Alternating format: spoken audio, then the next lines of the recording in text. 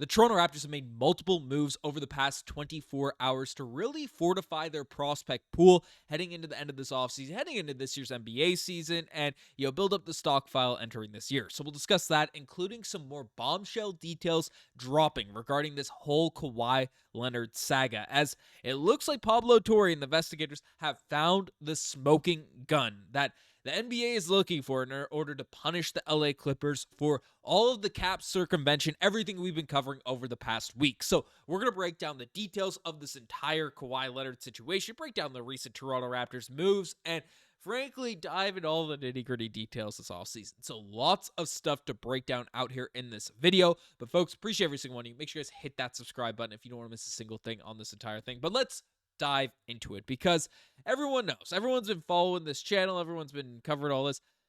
There is a huge investigation going on the LA Clippers right now. I'm not going to recap everything. I made 3 whole videos. If you haven't watched, if you have no clue what's going on, watch those videos and come back to this one. Subscribe also so you don't miss the actual updates. But basically, the LA Clippers are being investigated by the NBA, Pablo Torre, a lot of investigators, about circumventing the NBA cap, giving Kawhi Leonard extra money behind the scenes. And essentially, there's a company that, a credit company that's associated with tree planting and stuff that Steve Ballmer had his fingerprints all over, that was giving Kawhi Leonard a bunch of money for promotional things that he did not do. He wasn't publicly associated with the brand whatsoever. And then in a recent video, we discussed that Kawhi Leonard's requests from the Toronto Raptors to stay in Toronto really lined up with what he's being investigated for now with the LA Clippers. So there's a lot of stuff going on, but everyone's been looking for the hard the hard evidence the NBA can throw at Steve Ballmer, at the LA Clippers, in order to really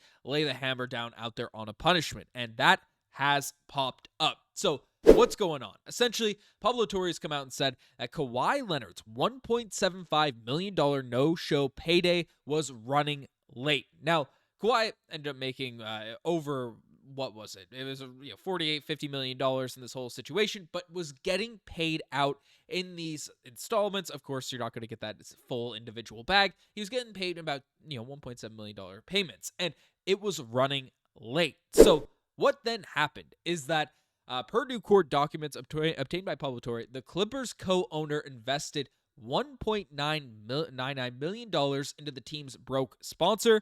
9 days later, Kawhi Leonard got paid. It was beyond shocking, an Aspiration executive said. So Aspiration is this credit tree planting company that the Clippers used to essentially pay Kawhi Leonard all of this money. So what happened? The owner of the Clippers. So this guy, Dennis, not Uncle Dennis, not the Dennis we're all, familiar here with the Toronto Raptors led. This guy, Dennis Wong, who has a very tight relationship with the LA Clippers, part owner, has deep ties with Steve Ballmer.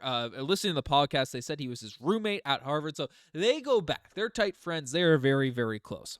And apparently his daughter also worked at Aspiration. So being that close to Steve Ballmer, having never invested in this company before, having a daughter that specifically works for the company, knowing it's going under, this executive said everyone knew that the company was falling apart. It was laid off. It was all this. And he decides to randomly, out of the blue, invest $2 million. A company that raised $300 million a year before and couldn't get its act together.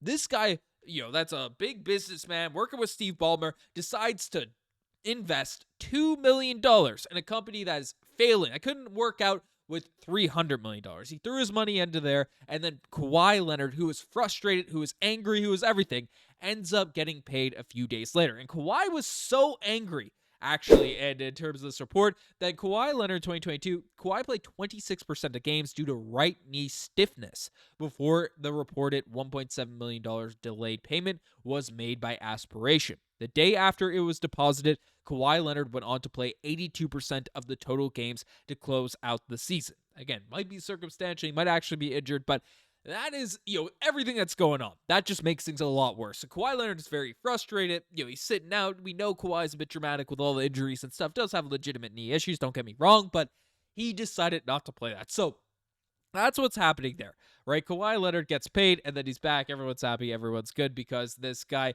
Dennis Wong, ends up investing out there in this situation. And it all is well again with Kawhi Leonard and Steve Ballmer in this whole situation. But to build on the shadiness of all this, so Aspiration, the fraudulent company that signed Kawhi Leonard to the $20 million no-show endorsement deal, was so broke that former employees say it laid off 20% of the staff. And that same day, in the week after the $2 million investment from the Clippers co-owner, Aspiration paid Kawhi Leonard the $1.7 million. So the company was going under. They laid off 20% of their employees, and then they go on to pay this.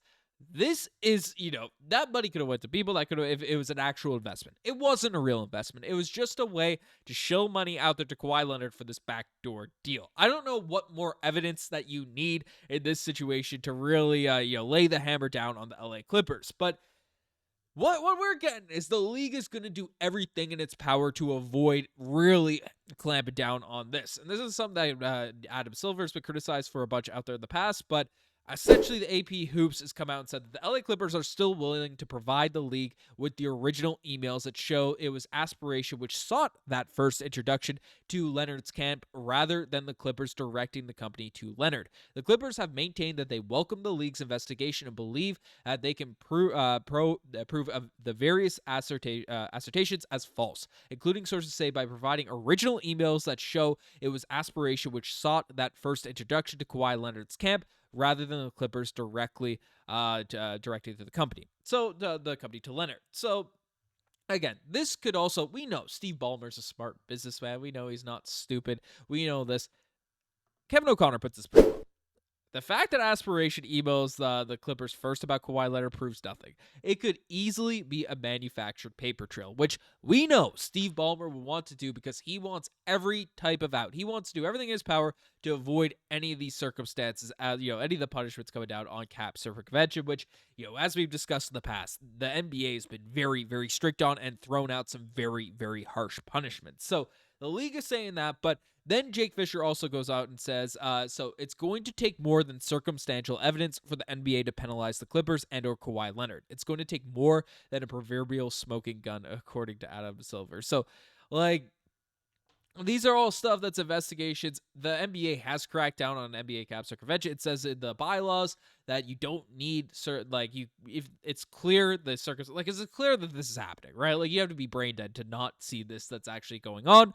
But according to the league bylaws, they should be able to do this. But Adam Silver does not want to punish Steve Ballmer, who just invested a ton of money, is regarded as one of the top owners, the new stadium that they have out there in LA, all that type of stuff. That's what they're trying to do.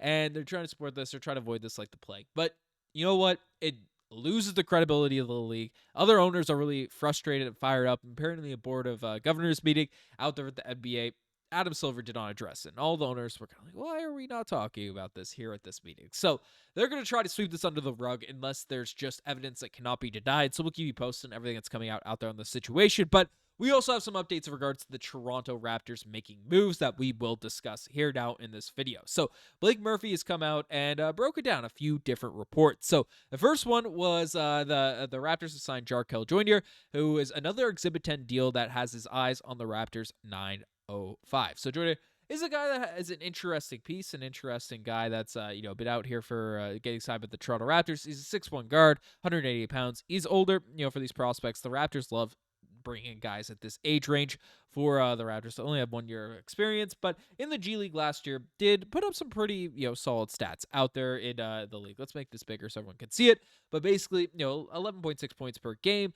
Shot 35% from the 3-point line. Nothing too drastic, nothing too crazy. 2.5 rebounds and 2.9 rebounds and 2.8 assists per game. So all-around athletic, an interesting guy to have out there on the Raptors 905 bench. But that's not the only signing that was made, as Blake Murphy came out and said the Raptors have also signed Tyreke Key, who is a guy that ended up getting waived and went directly 905. All these guys are going to be 905 guys. It's unlikely they'll call back up to training camp or anything like that. These are those Exhibit 0 deals, as Blake Murphy has coined them over the past couple of summers, where you sign with the team, you get those added bonuses, get waived, so you get those perks for going on the Raptors 905. So Tyreke Key, again, an interesting piece. 6'2" guard, right? 205 pounds for the Raptors 905 last season, and put up some solid stats, right? At 17 minutes per night, 5.7 points per game. 38% from the 3-point line, which is essential if you're going to be a guard of that size.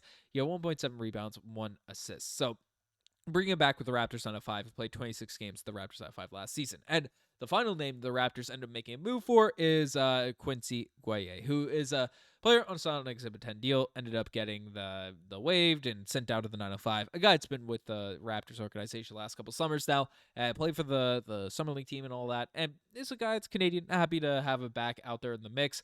In terms of his stats, nothing too crazy. 6'7", 220 pounds, 26 years old as well. Canadian, and a guy that for the Raptors on a 5 last season, played some more minutes than the other boys, but 23 minutes per night, 10 points per game. Shot 30% of the 3-point line, but is an athletic wing that can get his game going in different areas. Not a great shooter, but get some boards. It's just a solid guy to have out there in your 905 roster. So nothing dramatic. Gueye is interested to come back because he's having some different opportunities and stuff with the Raptors. Maybe he breaks through at some point over the next couple of years. But Raptors just fortifying their prospect pool, fortifying all the guys they have out there on this G League team. So interesting enough signings. We'll see how things play out here at this point. Let me know what you guys think about all this in the comment section down below. You guys best think as far as subscribe to the channel if you guys haven't already. Anyways, signing out. Cheers.